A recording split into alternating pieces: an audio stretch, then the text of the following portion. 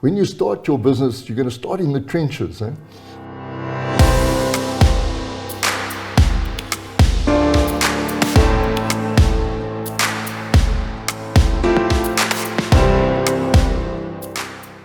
Hello and welcome to this episode of Expedition Business, where we bring you inspirational stories of everyday entrepreneurs and the highs and lows of their business adventures. In order to help our existing entrepreneurs, but most definitely our entrepreneurs in training, to get going and to keep on going. My name is Christelle Rosley Venter, and my accomplice for today is Johan Venter, who I do believe is acutely aware of all the hopes, dreams, and aspirations of our future entrepreneurs. Our guest for today, Eric Parker, is synonymous with franchising in South Africa. Eric used to be the marketing director of KFC South Africa when he was persuaded to become the co-founder of one of South Africa's most iconic franchising brands, Nandos.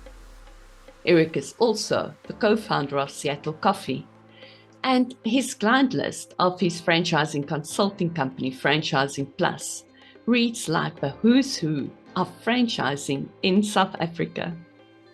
I am sure that you would agree that missing out on an opportunity to find out more about the highs and lows of Eric's business adventures is one that we just cannot miss out on.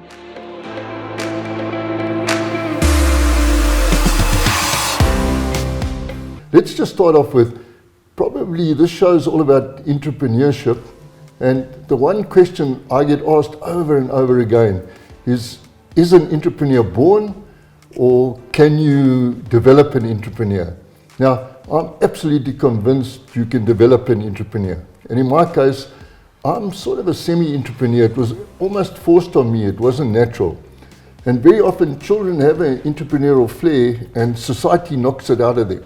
When it came to working, I didn't know what I wanted to do. And we sat in the playground one day and some friends of mine were talking about metallurgy, and I thought, gee, that's quite nice.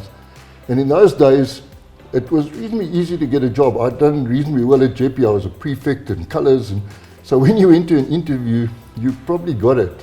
And I went to a company called Haggy Rand, and they employed me as a learning metallurgist, and they helped me qualify. But quite honestly, I hated every minute of it. And I spent 7 years there. I got promoted to metallurgist at Vanderbilt Park.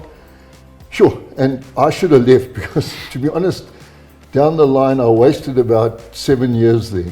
So the lesson coming out of that is, if you've picked the wrong career and you're not totally happy and you realize that's sort of your ultimate, don't sit around for 7 years. I think we wasted those. I sat in the laboratory with a guy called Laurie Kay, and you might know Laurie. He flew the Boeing over the World Cup, and he and I were hating. He wanted to be a pilot and I wanted to be in marketing, and he couldn't get into SIA, believe it or not. He went to England and trained with the RAF. And we both left, and I think we both did okay.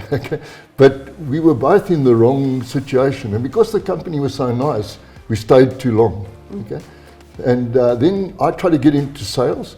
So I went to Haggy and I said, I want to become a rep. And they said, are you mad? You just qualified as a metallurgist. Why do you want to go back and be a rep? And I repped for 2 steel companies.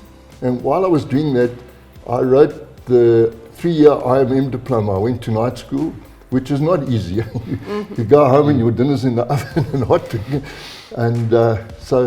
And then I suppose the big job that I really, really enjoyed, I then applied and I got a position as a product manager at Carlton Paper. And in doing that, IMM and marketing was for me. And then I changed completely. I won awards and I loved it. And there you'd fit it in. So where I was totally wrong in metallurgy, marketing and sales was my little niche, but I'd wasted 7 years getting there. So to the people, find out what you really love and what you want to do and get there quickly. Don't waste the time.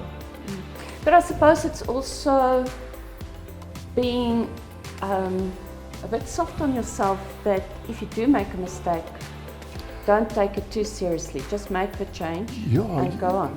You see, life's easy in retrospect. So now I can look back and say, gee, I was stupid there. But I think also because I came from a reasonably poor family, and by that time I had young children and I'd got married, and I was always had this fear of being retrenched. I mean, it must be terrible to go home and say, you know what, I just lost my job. And, you know, I've heard of people that get retrenched and they get up in the morning and go and sit in the cinema because they don't want to tell their family that they've been retrenched. So you're right, you don't want to take a risk because you're sitting there saying, yo, what happens if I go somewhere else and, you know, I can't feed the family. Yeah. So probably... So today you've obviously founded Nandos. We're part of the founding team of Nandos of Seattle that we're drinking a coffee after today. Yeah. You mentioned at some point that the worst franchisee is a rich dad bringing his son. Yo, I'm going to be controversial now, but you know, sometimes a rich son has got a fancy BMW, and to be honest, they've been spoilt. And they get a franchise, and particularly the mother thinks, geez, you know, they get to work late and they don't work. And I'll give you the best example. We were looking for franchisees, and the one mother brought her son, and he was a kid from a private school. He'd done very, very well. So I said to him and her, well, let him come and work for a shift. So she said, how long is the shift? So I said, no, 8 hours. Ooh, can't you just work for 2? So I said, no.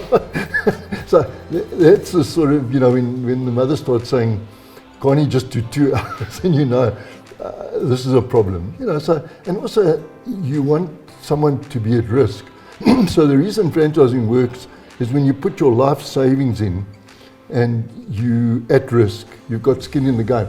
If it was a very rich father, to be honest, he's probably put the money up, and that young kid, be it a daughter or a son, is not terribly at risk because they haven't worked hard, like I'm telling you, to save that money. If you work hard for 3-4 years and have that money, then you've got skin in the game and you're going to work very, very hard for it.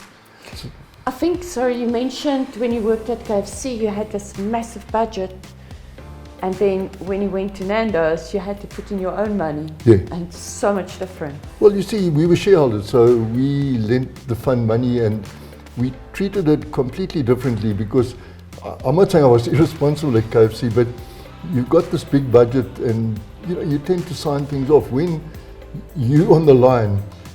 And the agencies do, if you're not careful, they bill you for different things and that. And when it's your money on the line, you check every penny. What's this? Why is that? Well, you know, so I think that's the benefit of an owner-operator. You got your own money there, so you treat, and it's not only advertising, it's everything. You watch, you know, and even controlling staff, you know, theft, you're making sure you get your GPs. You know, sometimes when companies deliver, like in a fast food outlet, one of the biggest things is to have a scale, because often you're buying a 10-kilogram bag or whatever, and when you put it on the scale, it's 8 kilos. So when it's your own business, you actually monitor everything. You count stock, you on top of everything. When you work for somebody, yeah, you sort of, but it's not the same thing as when you put your life savings in and you're going to monitor it like mad. Eric, what would you say is your biggest accomplishment? I'm alive. I got through some ups and downs, and I've got great kids, I've got a great family. I don't have to work. I'm not starving. I can have some gravy with my pop. And we have fun. I've got a bit of a share portfolio. So, you know, but again, I don't think it was easy. So I've come and gone through a lot of things. But yeah, so, you know, in pretty nice position now. And what would you say on the more negative side, your biggest low? I took too long, and I didn't become and get into entrepreneurship soon enough, because I played around with corporates. First of all, I made the wrong choice. I went into metallurgy, and I suppose didn't waste 7 years, but it was the wrong choice. So I sort of existed there because the company I was in was so fantastic. Then I sort of went through corporates, and all that could have been cut so much shorter if I just had good guidance earlier on. You know, it took me quite a long time before, and even there, the reason I was an entrepreneur, Robbie approached me. It wasn't me seeing and saying, wow, you know. Now, hopefully, if I relived my life, from leaving school, I would have been like what I said to you. I would have been saying, okay, ultimately, I want to own something. I want to be an entrepreneur. Let me start working towards that. So, yeah, I became an entrepreneur by accident rather than by good choice. Because of my upbringing, because of the schooling, because of, you know. But it wasn't after you became an entrepreneur a happily ever after situation? Well, it's not all that, you know, it comes with risk. Huh? So, I mean, the fact we put all that money in, and in the beginning you go through that hockey curve. So I don't think, you know, a lot of people see Seattle now and they go to Barry and Pete and say, oh, gee, this is easy. Okay. They don't realize what we all went through, particularly them. I mean, I know for a fact that Barry used to turn his phone off at the end of the month because, yes, his guys were chasing money. So what you know, even if you go into your own business, don't think it's all a walk in the park. Eh? It comes with risk and hard work, and you know, it's not all roses. Now, it is great because you've got a lot of stores and you've got a roastery, but that's the reward from the big risk that you actually took. But I think everything has a risk. Like if you're an employee, you still have that big risk. Yeah. You still have to work late and hard, versus being the owner that. Well, not really. You see, I mean, if your choice. But if you're an employee, what's the worst thing can happen? You leave. Okay.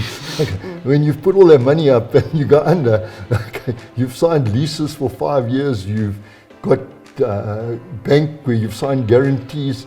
So if you left a company, yeah, you get paid 1 or 2 months retrenchment. There's nothing, you haven't lost a hell of a lot, you lost a job. If you've put all that money in and started a business and it goes under or it doesn't make it, you're going to suffer for many, many years to get out of that big hole of debt and leases. And so, you know, as an entrepreneur, you've got much, much more to lose than as an employer. You're sure you've got a job to lose in that. But that's the trouble with corporate. You know, you work hard and all that, but you're actually working for somebody else. And at the end of the year, you get a, I don't know, 8% increase instead of a 6%. Okay. And I always said if I worked for a corporate again, I'd have 2 identical cars. And I'd leave the one there permanently. So when the MD arrived, he saw the car and thought, yes, I was here early. When he went home, the car was still there thinking, you know, he's working hard. Because that's the sort of politics of working in a corporate. And I don't know if that suits me. Okay?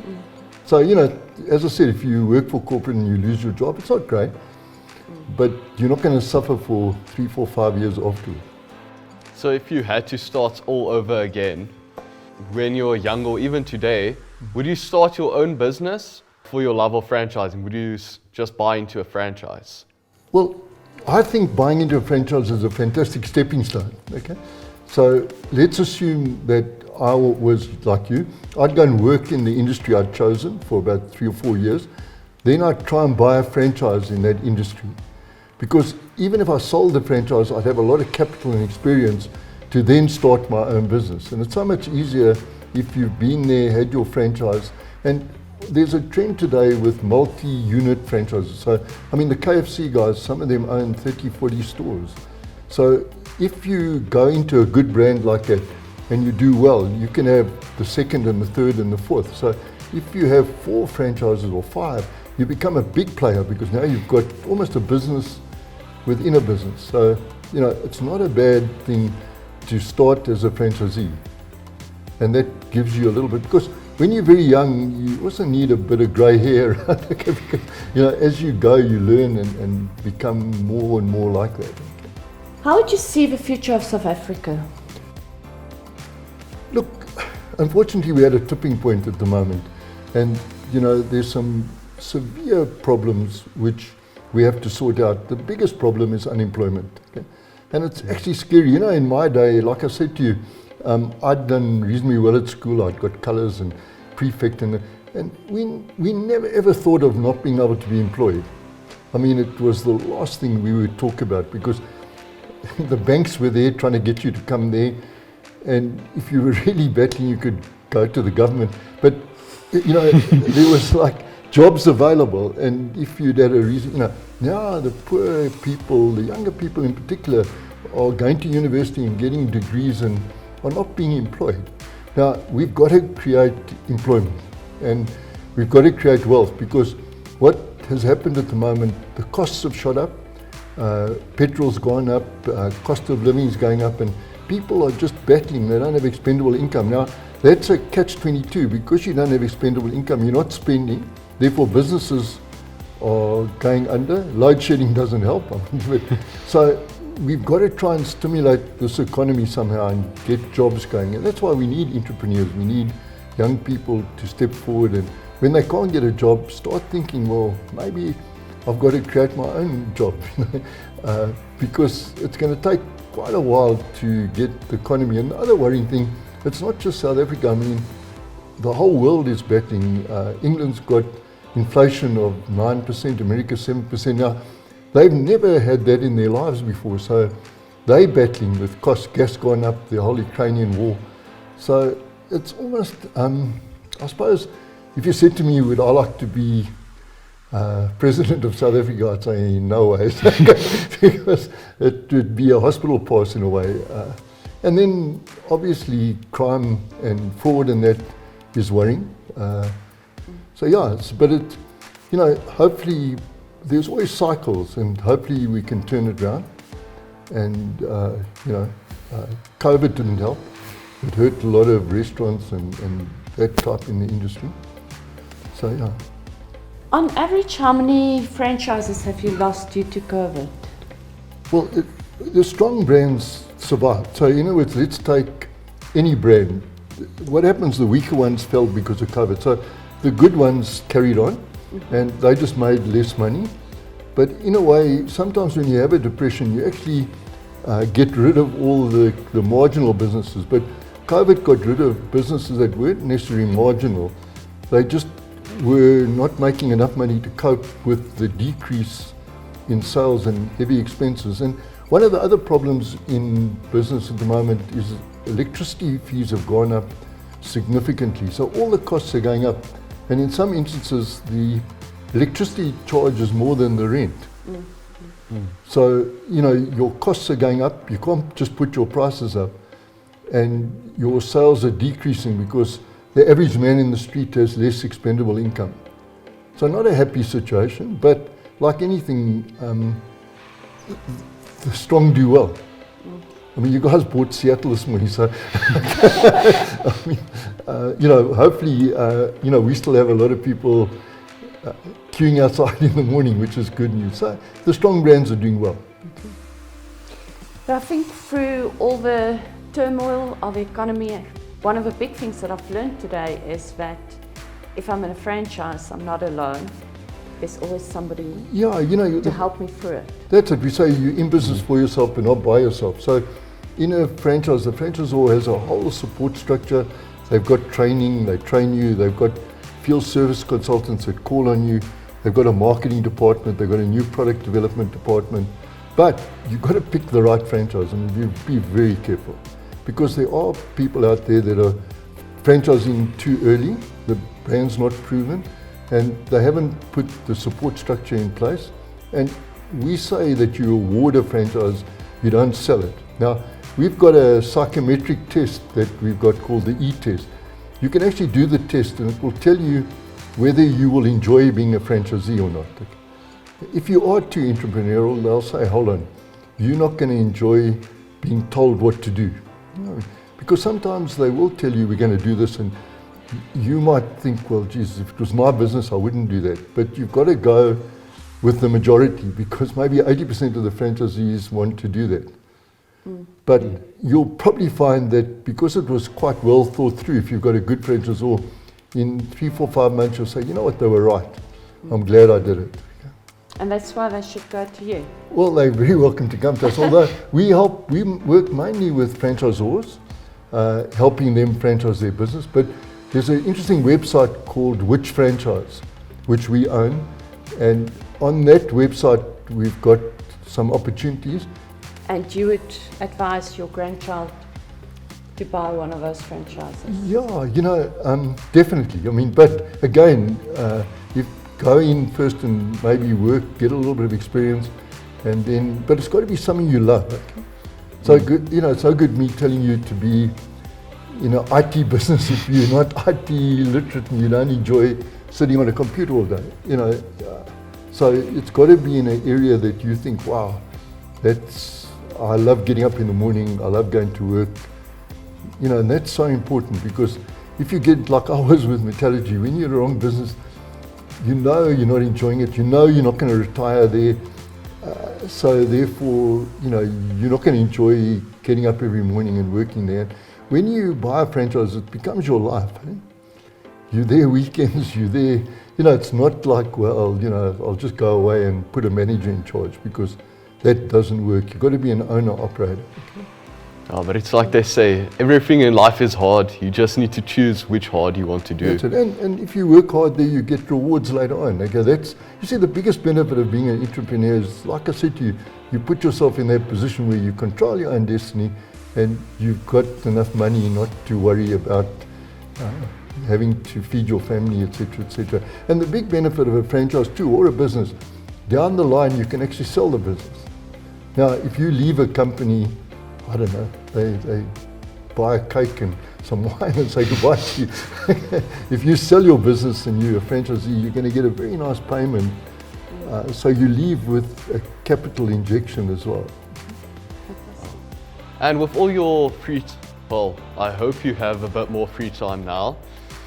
Do you read any books, and could you recommend anyone? Well, okay, let's talk about books. Often people have said to me, is there a business book that you think is fantastic? And I must be honest, I haven't really seen a business book, and I think I wrote all those books. It was me trying to put business into simple terms.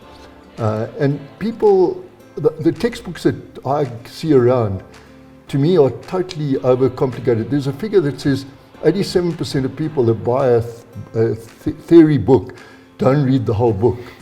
And I interviewed, and when I did Summit TV, and I did Biz Network, and I did 702. I interviewed a top entrepreneur that plays himself down completely. And the people were asking him financial questions. And he said, no, I don't know what you're talking about, ratios and all that. So eventually I said to him, how do you understand accounts? He said, no, accounts is very simple. Money comes in, money goes out. And what's left for me? My accountants tell me where it came from and where it went and what I must do with what's left over. Okay? And we complicate things so much. So I probably wanted a more simple book, but there were probably 3 books in my life, and it's not always to do with business. When I was young, there was a book called The Prophet. Have you ever read The Prophet by that Gabriel? Yes. That was probably incredible. The other book that was important, and it's a bit soppy, was Love Story. At my time, that film and Love Story taught me about relationships. But probably the most important book that I live by is called Animal Farm. It was written by George Orwell, and it was written about the Russian Revolution. And I would suggest everyone reads Animal Farm, and you could almost relate South Africa or a number of scenarios to Animal Farm. It's a simple book, easily to read. And I just love that book by George Orwell. So those are the books I would read. I think in business there was one book that we spent quite a time on. It was called The 1 Minute Manager. That was quite good. But, as I said, I wrote books and try to simplify it.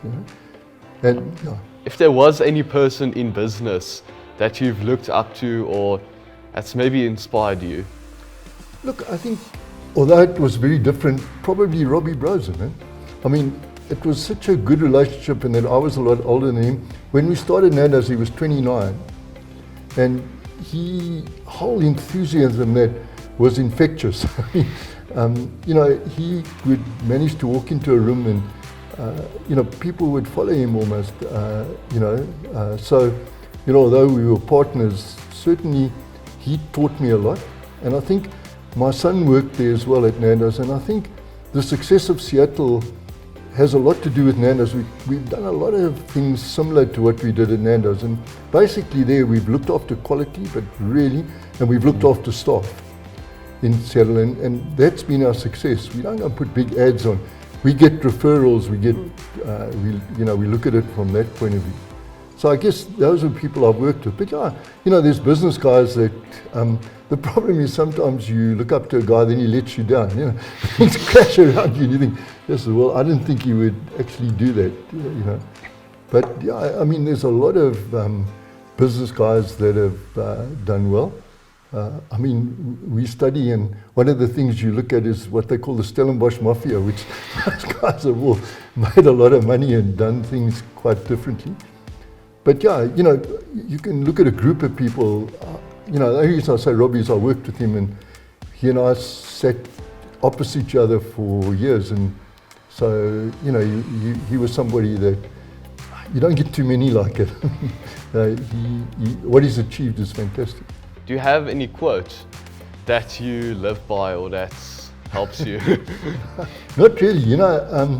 I suppose there are there are holiday quotes in it, but there's not one.